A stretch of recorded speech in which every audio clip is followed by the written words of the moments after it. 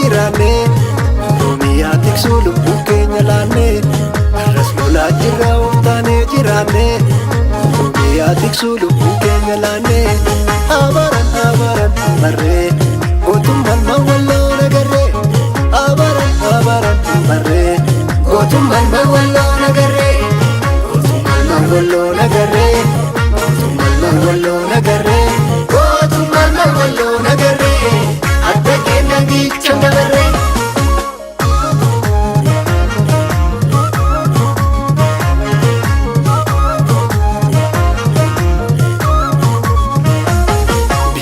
Lubbulaata walloo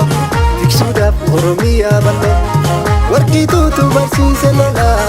kanaaf lolli walirraa tola Biyyasaaf lubbulaata walloo tiksuudhaaf Oromiyaa bal'oo leenjisootu barsiise lolaa kanaaf lolli walirraa tola Abaran hin barree gootummaan mawwalloo nagarree Abaran hin barree gootummaan mawwalloo nagarree Mawwalloo nagarree Mawwalloo nagarree Gootummaan mawwalloo nagarree Adda keenya gicha nagarree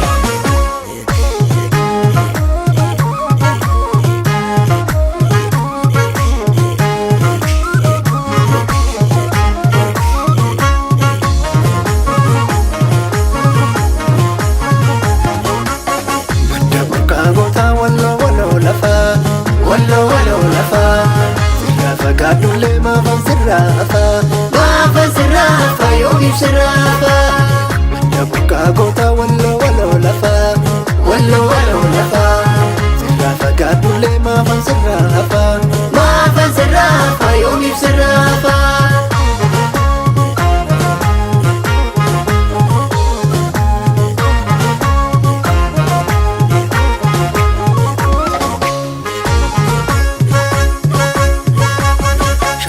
Rajillee karrayaa faseeboo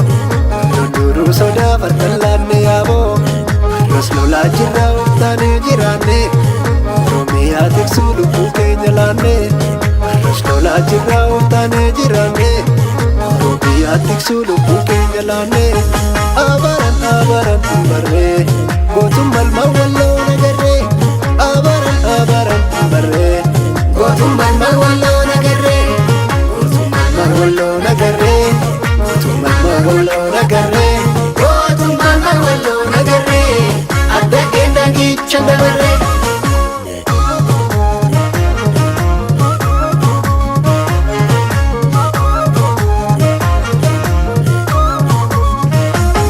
Saba eenyummaa isaa tikfatu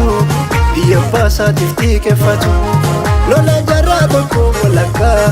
roorroodhaaf harkaan laanne takka Lola jarraa tokko walakkaa roorroodhaaf harkaan laanne takka Walloo sanyii gootaa biyyaa sanaamee jaada malii sun roorroodhaa sarme Akka Hasan Guulee urjii lola keessaa Kayyoo galmaan ga'ee kanaaf isa faarsa Kayyoo galmaan ga'an kanaaf isa faarsa Ol ta'ee mul'ata jabaa hojiin isaa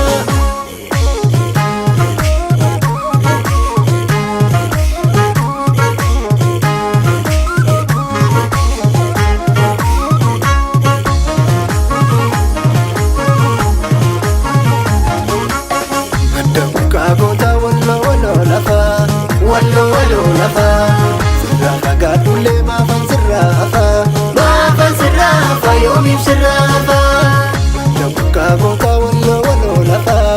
Walloo lafaa Sirraa fagaadullee maafan sirraa hafaa yoomiif sirraa hafaa Chama keetu gootii chama kootu keetii Chama keetu gootii